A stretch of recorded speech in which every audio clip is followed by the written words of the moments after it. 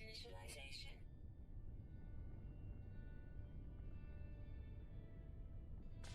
Life support systems activated. Hey everybody, welcome to a brand new series for the channel. This is No Man's Sky for the Xbox Series X, and I managed to get this free on the Game Pass, and I was originally going to be paying it for the PlayStation 5, but as I'm getting it free anyway with my subscription, I thought I might as well do a series on the Xbox since I don't really play that Xbox as much anymore since I wanted to. And I've heard about this game from a colleague at work, and now I get the chance to experience it. And what I've learned is that you're this random explorer that has amnesia and he doesn't know what's happened to him. So you wake up on this mysterious planet and it really kickstarts you into your survival mode where you have to repair your radiation suit, replenish it, and also as well keep your lifeline in check while also grabbing other materials. So you can perform a scan which will help detect things in the area, such as vital resources used to build your base or upgrade your items, or you can sell at the shop, that type of thing. I really like how they kickstart you into this because I love games like these that has you on the exploring edge. So you spend most of your time just exploring and then gathering resources to get the bare necessities needed to progress your character. And this game really does it really well. And I don't understand why people hated it when it first came out on launch, where I'm actually quite enjoying the game so far. I find nothing wrong with it. I'm already a couple of hours in and I'm already experiencing so much with the different planets and the surroundings, the environments, the shift changes, and you find certain things you will need to come back for. So this game pretty much rewards you for coming back later on and exploring those assets you couldn't unlock earlier on. So I don't see no problem with it, but it is like an endless game, so it can never run out. And that's what's the best thing I love, is that there's no end game, so we can do whatever we want for as long as we want, with up to friends as well. And this is the best thing as well, like I want to invite my viewers and play with some of you online and see your bases, explore the galaxy with you, create our own bases and so on and forth, because this game will definitely have the potential for it. Like right now we're repairing a vital part, and once it's repaired we can now use this. So again, the menu has everything laid out which will explain what you would need and how to gather those resources. So in case you ever forget, it will always be there to promote you. Like, it will always remind you of the certain items that you have. So again, there's nothing stopping you if you want to come back in 6 months time and you feel like, oh, I forgot the basics. This game doesn't let you forget, and there's different settings you can choose. I'm on normal mode at the moment. I was going to do survival, but as I'm new to this game, I didn't want to put myself in the harsh environment of that, because I know eventually I will want to redo it. Well, I might change difficulty to, survival, and have a proper good test at it. But the laser I really quite like, because in the top right corner it has a ammo count, you could say, but also with a recharge meter. So if it gets too overheated, it will have to cool down, so keep an eye on that. But also keep an eye on how much the percentage bar is going down, because when that reaches 0 you then have to resupply it. And so you would think essentially your weapon is infinite, and essentially it is, but you have to refuel it, because otherwise you're not gonna, you know, you're not gonna get far. But the resources you need to replenish the laser isn't really that difficult. You can find it pretty much anywhere, and it's the most commonly found item. Right now we're restoring our hazard protection. This is to help us with the harsh terrain. As you can see, we're very red around the screen, and the items that we picked up earlier will help replenish that, and now our hazard meter is just past the halfway mark. You can make it full, but I know once you're inside a building it recovers, or if you're inside your ship it will recover. So there's little like tricks that you could do to keep it up there.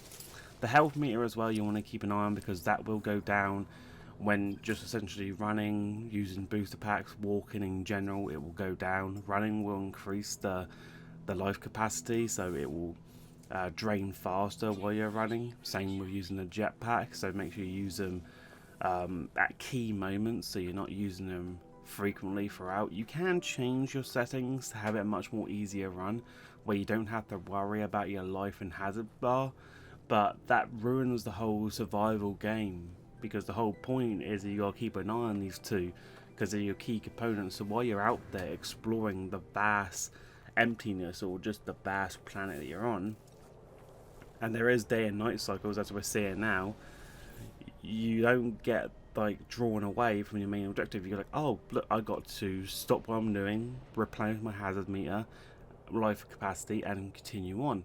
There could be storms, there could be all these different things in the environment to use for surroundings. And you also will find containers containing materials such as this, where you can have them in your exosuit, which you could use to sell later on. Now if your ship was near, you could store it in your ship, but I feel later on we will upgrade our storage capacity, or look a way to trying to expand it, because the one thing I noticed as well is that your storage will get full fast. Like it's insane how much exploring you can do, to how much items you can carry, and you get into a mindset of like, okay, what do I want to keep? Most of the stuff you have, and you're like, do I really want to get rid of this because I might need it for something later on? You just don't know that. So most of the time I'm going back to just transfer items over. Again, there's a setting where you can change that, and you can just have infinite distance between you and your ship storage, so you never have to worry about going back to the ship. But again, that ruins the whole process of this game, where I enjoy the whole survival mode instinct. So you're constantly having to worry about yourself, your character, and also your storage bag. It's a bit like Skyrim. Skyrim has the exact same problem when your bag gets too like full, or you store too much and you go slow. This game doesn't have that feature, but if it did, it probably mimic the same thing as well. But again, be just a bit cautious about what you get. There are some items that require a key card, and I have no idea how to find that level access card. So there's like an Atlas pass. I have no idea how one finds that, or if it's like a paid like item shop from the actual store. I have no idea, but I will definitely look into that more. For right now, I'm just going for the whole exploration and getting my bearings. So our main objective is obviously finding out why we're here, because essentially at the start we woken up on this mysterious rock. We have no idea how we got here, why we're here. We have no memory of it, and so we're just trying to search for answers to find where we're supposed to be, or who put us here. So it definitely gives you, puts you on the edge of your seat, which I really quite like. And this is our ship. Now we will have to repair this because it's not fully functioned. So while we're connecting to the terminal, we find out we can't launch the thrusters, the pulse engine is offline, and those are the two components we need to even make it out of this area. So we will have to restore them, but as this is the start of the game, it's not that hard to build them together. So you can read the log, continue reading, which I like doing. It gives you much more understanding of the certain areas. So it says log data, unavailable, substation data, exosuit, connected, suggestions, pilot should perform maintenance, select desired repair path, and you can select your desired repair part. And it says self-guided repair protocols initiated. This will help you. So we need a hermetic seal and a metal plating to fix the pulse engine, which will basically help our flight boosters. Again, it will have tutorial set up, so in your bottom right side, on the right bottom screen, it will have all the information of what you would need. So we've got to repair the pulse engine first, with the metal plating, and then we have the hermetic seal, which will go on top of it. And luckily, with the resources that we managed to get earlier on, we have some of those already, so we have enough to build it. So when we click on our starship on the cargo, we can actually build metal plating, which is one of the items that we need. And then we go over to the pulse engine and we click on that, and then we can manually add them, and now it is repaired. But you have to then go back, build the other part, and then go back in, repair it. So it is kind of annoying with the steps, but after a while it does get kind of used to. So you gotta go back on and do a partly system check. It's pretty stupid because you know the other thing isn't built, but they're making you go back onto the ship, do a scan to find out what's wrong, and it will tell us the next part. So now we need to fix this. Now we need a seal nearby, salvage planetary charts from the stress beacon. So then we have to find this from a nearby cache, and this is what I was talking about earlier. While we were exploring, going on to our destination, we came across this, a storm.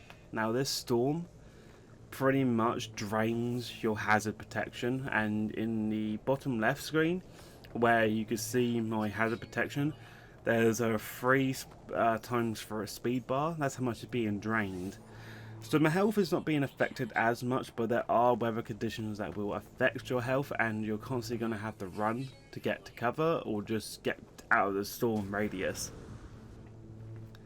What I've learned is it's kind of really stupid, but if you could find any tunnels or caves, those will protect you. Don't know how it would protect me because it still has an opening, but I couldn't find any caves, so the only resort that I had to do was get to my destination, because I know there has to be some sort of like indoor area for that.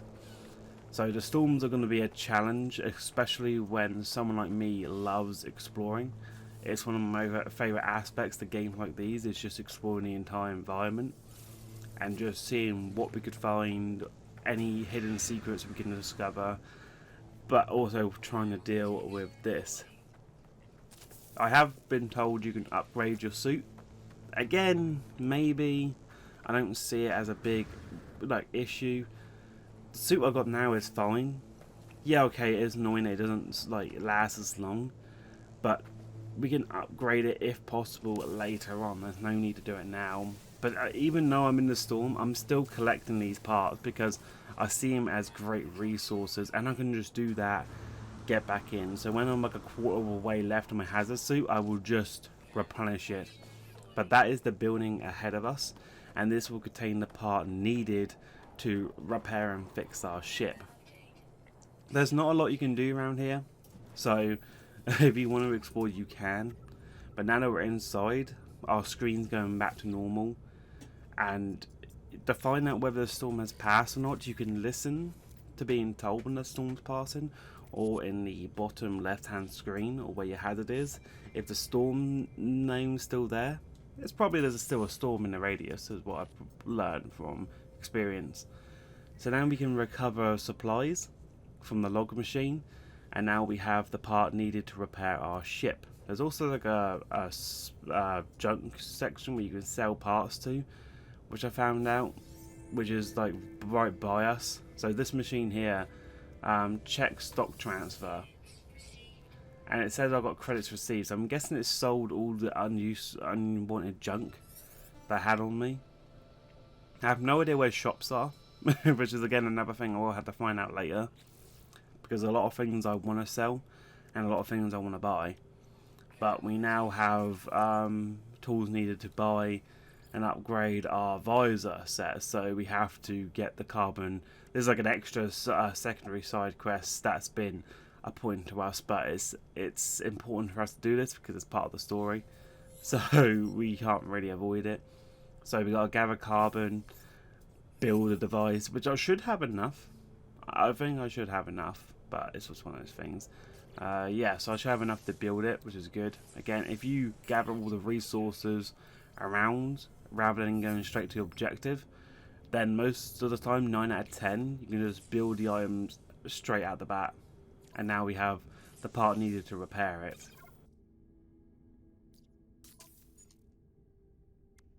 And there we go. Our thing is now complete. We can use this to scan the area. It's very good. It has two functions now. So this is analyst mode, which will be used to just analyze areas, and we will get credit for as well. So anything new, scan, you get money, which will be used to discover things, as well as scanning animals. You know, you get stuff for them.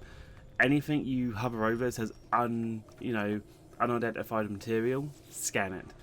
This here is the wisdom of Korvax. Again, I have no idea what these will do, if they're important to the character, but any that I will find, I will definitely use. Some will be underground, is what I've found out through past experiences. So again, later on in your story, when you have access to digging up materials, you go back and hunt for those underground parts. And now we can head back to the ship and add in the pulse engine part, which will allow us to enter stellar flight. So this has been an amazing journey so far. The original recording time with just this episode alone was just over an hour. So I was lucky enough to cut it down to the size it was because there was a lot of things I had to cut out, things I didn't want to keep rambling on about. But hopefully in the third part, the second part is going to be post-commentary, but the third part will be back to live with the mixture of post-commentary when needed. But I hope you guys have enjoyed this series, this adventure that I plan to do on my channel. There's no consistency date for this, it's just when I get time to just record and play for a bit that I will post and edit. But I do hope you guys have enjoyed, as I was thinking of getting this for Nintendo Switch, but I have no idea how it's going to handle the vast majority of the landscape, because this game on the Series X is enormous. It's like infinite. It's something that I really can't wait to keep playing. And also this refiner that we're doing now, this is amazing. It's quite cool that we have the energy needed to just supply it, and then we have the pure fertile that we need. So again, it actually tells you what you would need them for building and upgrading and that type of thing. So if you're unsure, hover over the items and you can get a rough idea if you need it for building or if it's just junk. But yeah, that's everything we get done. Now we can go back to the ship and actually launch this baby and enter the unknown areas. There we go.